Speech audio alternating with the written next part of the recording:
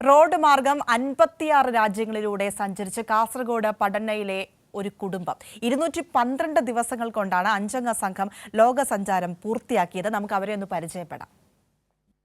1 വയസ്സും 30 ദിവസവും പ്രായമായ വിനോദസഞ്ചാരിയായ വിൽദൻ എസ്ലിൻ നാദത്തെക്കുറിച്ച് ചൈനയിലെ നാവോ ടൂർ കമ്പനി അവരുടെ സമൂഹമാധ്യമ അക്കൗണ്ടിൽ കുറിച്ചതാണിത്. 1993 മുതലുള്ള അവരുടെ ചരിത്രത്തിൽ സ്വീകരിച്ച ഏറ്റവും പ്രായം കുറഞ്ഞ വിനോദസഞ്ചാരി. സ്വന്തം കുടുംബത്തിനൊപ്പമായിരുന്നു എസ്ലിന്റെ യാത്ര. പടന്ന സ്വദേശിയായ മുസൈഫ് ഷാൻ മുഹമ്മദിന്റെ യാത്രകളോടുള്ള പ്രണയമാണ് ലോകസഞ്ചാരത്തിലേക്ക് നയിച്ചത്. ഒപ്പം 62-കാരനായ പിതാവ് KMC മുഹമ്മദ് കുഞ്ഞിയും മാതാവ് AK നഫീസത്തും സഹോദരി ഡോക്ടർ AK മുനീഫയും മകൻ വിൽദൻ എസ്ലിൻ ആദവും. എസ്ലിന് 7 മാസം പ്രായമുള്ളപ്പോൾ 2023 ഒക്ടോബർ അവസാനം മുംബൈയിലെ നരിമാൻ പോയിന്റിൽ നിന്നാണ് കുടുംബം യാത്ര തുടങ്ങിയത്. 212 ദിനരാത്രങ്ങൾ, 3 ഭൂഖണ്ഡങ്ങൾ, 56 രാജ്യങ്ങൾ, 10,000-കണക്കിന് മനുഷ്യരുടെ ജീവിതവും ആചാരങ്ങളും വൈവിധ്യമാർന്ന ഭക്ഷണങ്ങളുമെല്ലാം അറിഞ്ഞ സ്വന്തം വാഹനത്തിൽ രാജ്യാതിർത്തികൾ കടന്നു.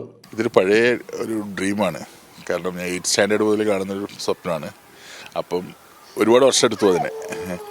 അപ്പം ട്രിപ്പിന് വേണ്ടിയിട്ടുള്ള തയ്യാറെടുപ്പ് എടുത്തിട്ട് ഏകദേശം ഒരു വർഷത്തോളമായി ഡോക്യുമെൻറ്റേഷൻ കാര്യങ്ങളൊക്കെ സ്റ്റാർട്ട് ചെയ്തിട്ട്. അപ്പോൾ കഴിഞ്ഞ ഒക്ടോബറിൽ സ്റ്റാർട്ട് ചെയ്യാൻ പറ്റി. അപ്പം ഇനീഷ്യലി റോഡ് ടു ലണ്ടൻ എന്നുള്ളതായിരുന്നു ആലോചിച്ചിരുന്നത്. അത് പിന്നീട് ക്യാൻസലായി, പിന്നെ എക്സ്പാൻഡായാണ് 56 രാജ്യങ്ങൾ ഉൾപ്പെടുത്തിയത്. ശരിക്കും ഇതിനകത്ത് നമ്മൾ 56 ശരിക്കും 60ഓളം രാജ്യങ്ങളുണ്ടായിരുന്നു. ഈ യുദ്ധവും കാര്യങ്ങളും വന്നുകൊണ്ടാണ് രാജ്യങ്ങൾ കുറഞ്ഞത്. റോഡ് മാർഗം 76,000 കിലോമീറ്ററാണ് ഇവർ സഞ്ചരിച്ചത്. വ്യത്യസ്ത സംസ്കാരവും ചരിത്രവുമെല്ലാം തൊട്ടറിഞ്ഞ യാത്ര ജീവിതത്തിൽ ഇതുവരെ അറിയാത്ത അനുഭവമാണ് പകർന്നത്. യൂറോപ്പിൻ്റെ കഥ പറയുകയാണെങ്കിൽ യൂറോപ്പ് സ്വർഗ്ഗമാണ്. ഞങ്ങൾ ഉദാഹരണത്തിന് പാരീസ് ഞങ്ങൾ ഇറക്കി വിട്ടു ഒരു ഹോട്ടലിൽ നിന്ന്. കാരണം എന്താ, തൊലിയുടെ കളർ കുറച്ച് കുറവായതിൻ്റെ പേരിൽ അവർ പറഞ്ഞു ഇപ്പോഴും ഞങ്ങളോട് പറഞ്ഞു these restaurant is only allowed four whites, you please go out എന്ന് പറഞ്ഞു. ഞങ്ങൾ പുറത്ത് പോയി ഇറങ്ങി പോകേണ്ടി വന്നു. അതൊക്കെ ഇപ്പോഴും നടക്കുന്നുണ്ട് യൂറോപ്പിൽ. മനസ്സിലായി. അപ്പം യൂറോപ്പ് സ്വർഗ്ഗമാണെന്ന് പറയുന്നത് അതിനോട് നമുക്ക് യോജിക്കാൻ കഴിയുന്നില്ല. നമ്മുടെ രാജ്യം എങ്ങനെ സ്വർഗ്ഗമാക്കാൻ കഴിയും?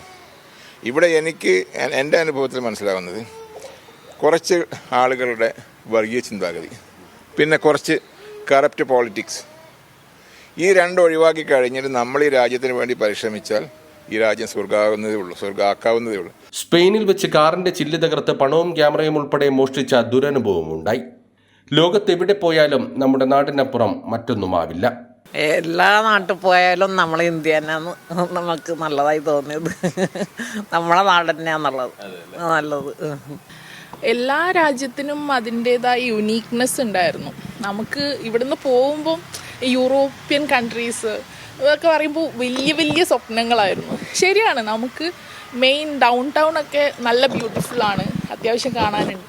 പക്ഷെ നമ്മുടെ യാത്ര എന്ന് പറയുന്നത് ചെറു ഗ്രാമങ്ങളും കുഞ്ഞു പട്ടണങ്ങളും ഒക്കെ കണ്ടിട്ടുള്ളതായിരുന്നു. TV-യിലൊക്കെ കാണുന്ന ആ ഒരു ബ്യൂട്ടിഫുൾ സിറ്റി അല്ലാതെ ഉൾഭാഗങ്ങളും എല്ലാം കണ്ടിരുന്നു.